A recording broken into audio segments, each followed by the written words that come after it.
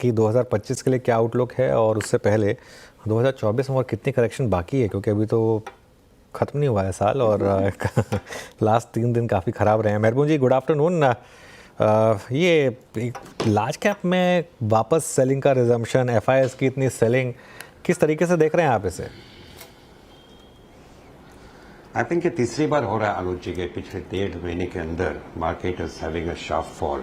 And जैसे market गिरता है हम लोग सोचते हैं निफ्टी और घटेगा, ये होगा वो होगा, लेकिन हमें एक चीज़ ध्यान देना चाहिए, ये ट्रेडर एंगल से बात कर रहा हूँ मैं, कि अगर आप पिछले 15-20 दिन की मार्केट देखो तो रिलायंस को साइड में रखिए, ऑटो को साइड में रखिए और एफएमसीजी को साइड में रखिए। तो this three are the major laggards. Reliance is a laggard for a long time, मैं निफ्टी के एंगल से बात कर रहा हूँ। और on the other hand pharma and IT ने रिलेटिवली अच्छा किया है।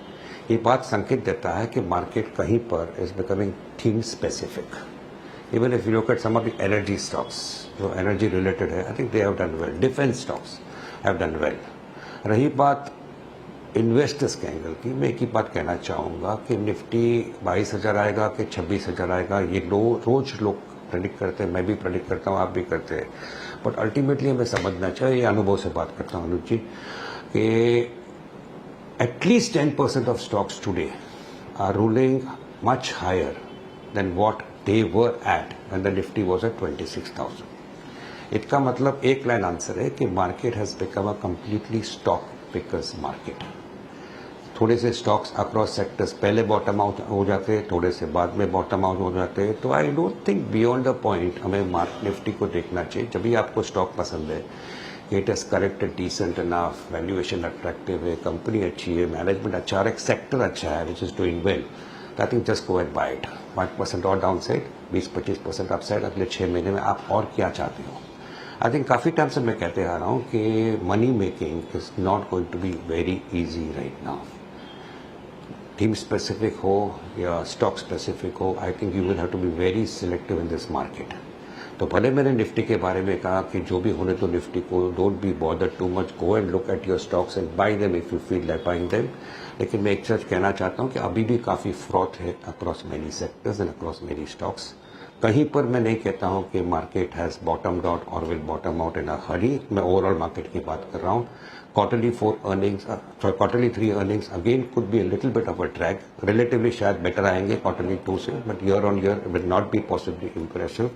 There are a lot of concerns even globally. अगर आप S&P को देखो, I think पिछले 12 दिन में the stocks which have come down every passing day is much higher than the stocks which have advanced.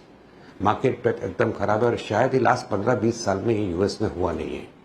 Trump का इफेक्ट जो था possibly could wane out in the short term leading to a correction. आप Tesla को देखिए, Tesla is leading the market and is indicating that if something goes wrong somewhere US markets also could correct. और US Fed का जो आज announcement आगा, I don't think will make a matter too much, but it could be the beginning of a little bit mildish correction coming into US stocks. रही बात India की, मैं एक चीज कहना चाहूंगा कि लैक ऑफ बाउंस जो हो रहा है मार्केट में, ओवरसोल्ड मार्केट होगा, लैक ऑफ बाउंस जो है is quite dangerous and quite worrying. Capital is leaving this country. We have to accept that. और वैल्यूएशन ज्ञान ठीक है कि स्टॉक सस्ता हो गया, ये हो गया, वो हो गया, but beyond the point it does not matter when the economy and earnings are going in a different direction. Many sectors today and many stocks in lot of sectors are finding it difficult to maintain their profits or make their profits grow at the same pace. So these are concerns. Urban demand is not picking up. These concerns are there. Whether the market has discounted it, मैं फिर से कहूँगा, quite a few sectors and quite a few stocks could have bottomed out and are going up, but there could be still some more froth left in many overvalued sectors and stocks. So this is the stock pickers market. Go and pick up your stock and don't fret and fume too much कि Nifty क्या कर रहा है, because 5-6 दिन से market cut रहा है, एक बाउंस आ जाएगा, आप सोचोगे बॉटम आउट हो जाएगा। Don't try to preempt it because this is not going to make you earn money. तो फिर ऐसी स्थिति में मेहरबून, आपने इन द लास्ट 2 months किस तरह के स्टॉक्स में पैसा लगाया है, और are you also sitting on a lot of cash, क्योंकि कुछ तो ट्रेड करना होगा। हाँ, I think we have been discussing this whenever I come on the channel कि मैंने कहते आ रहा हूँ कि there is going to be pain for some more time to come in FMCG. Consumer durables में पेन है, ऑटो में pen है आज की तारीख में, and I like sectors like agrochemicals, pesticides, speciality chemicals, fisheries. I like those type of sectors, and I continue to like the energy sector. Infrastructure sector में stocks थोड़े महंगे हैं, but I continue to like because I can distinctly feel. आपका channel सुबह को जब भी देखता हूँ ऑफिस के तरफ आने के टाइम तो मैं आई थिंक आई रियलाइज के orders have started flowing in again. Government expenditure जो कंट्रोल में था because of elections and because of floods in many parts of the country, I think government has started spending money and this is going to ultimately lead to a growth coming back, or with a leg effect it will come in corporate earnings. So ऐसा नहीं है कि corporate earnings have gone out of the window right now. September was bad, December may not be very good, I'm not saying that, but maybe with a leg effect 1-2 quarters later things will start improving. So yes, I am watching out in the market. I am being stock specific, और ये sectors जो मैंने कहा are in general I like stocks in those sectors. महबून नमस्कार, वीरेंद्र बोल रहा हूँ. Avenue supermart पे आपका टेक क्या है? मेरे ख्याल से इसके अब तक के करियर में मेरे ख्याल से लिस्टिंग हुई थी 2017 में. Toughest phase 30% retracement from higher levels. क्या ये क्विक कॉमर्स उसकी रियलिटीज़ को, मुझे खुद नहीं याद है कि मैं आखिरी बार वो कहते थे ना हम जो बड़े थैले में सामान लेके आते थे घर का राशन पूरा, कब लेके आया था मेरे को खुद याद नहीं है. क्या इस रियलिटी को आप एक्सेप्ट करना चाहेंगे? आपका टेक क्या है एवेन्यू सुपरमार्ट पे? ये स्टॉक के बारे में full respect to the management. Over the years I have been stating that stock is expensive. कहना अच्छा नहीं लगता, but the point is the stock has remained expensive. So यहाँ पे बड़ा पैसा बनाना is not going to be easy. It will continue to be a well managed company. People will continue to go into it. Overall आप मुझे कहेंगे consumption sector के बारे में, मेरा व्यू काफी सिंपल है और ये मैं कहते आ रहा हूँ आपके चैनल पर कि inflation today is pinching everyone. Let's be honest about it. आज के जो एडिबल ऑयल प्राइसेस है because of import duty are at an all time high. आप चावल देखो, गेहूं देखो, उनके जो दाम देखो, it's much higher than what they were a few months ago. Also आप मार्ट में जाते हो, एवेन्यू के डी मार्ट के दुकान में जाते हो, रिलायंस के दुकान में जाते हो, आप देखते हो कि the number of varieties in front of you are at least 10 times more than what they were 5 years अगो.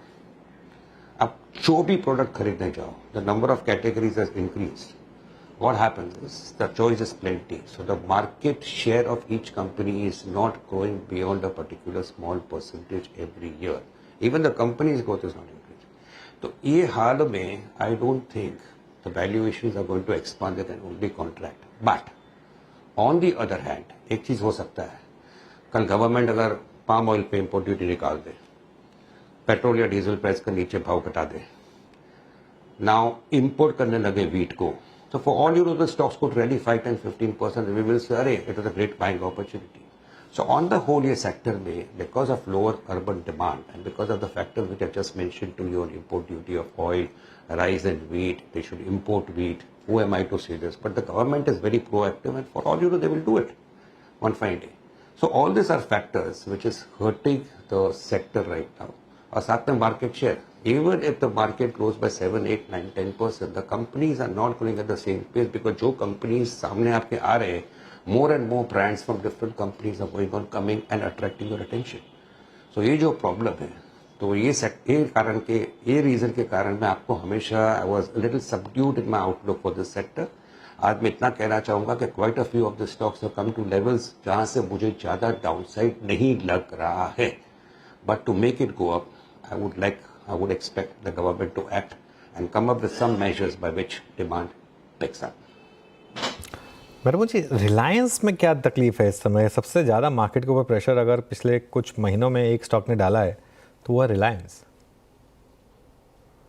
एक साल महीनों ने अनुज जी, I think yes, it has been a major drain on the Nifty. Major drain on people because public कहती आ रही है कि Reliance Gate just go and buy it for the longer term, and I don't like to disagree with people who are positive Reliance. Reliance को मैं भी पसंद करता हूँ, but Reliance को जो problems थे वो problems are for real. अभी के ये भाव से people have started talking about the problems, तो मुझे कहीं पर लगता है कि downside में इसका नाका आ रहा है. I don't see it possibly falling below 1200 rupees now. This is my personal feeling because now people are talking about it.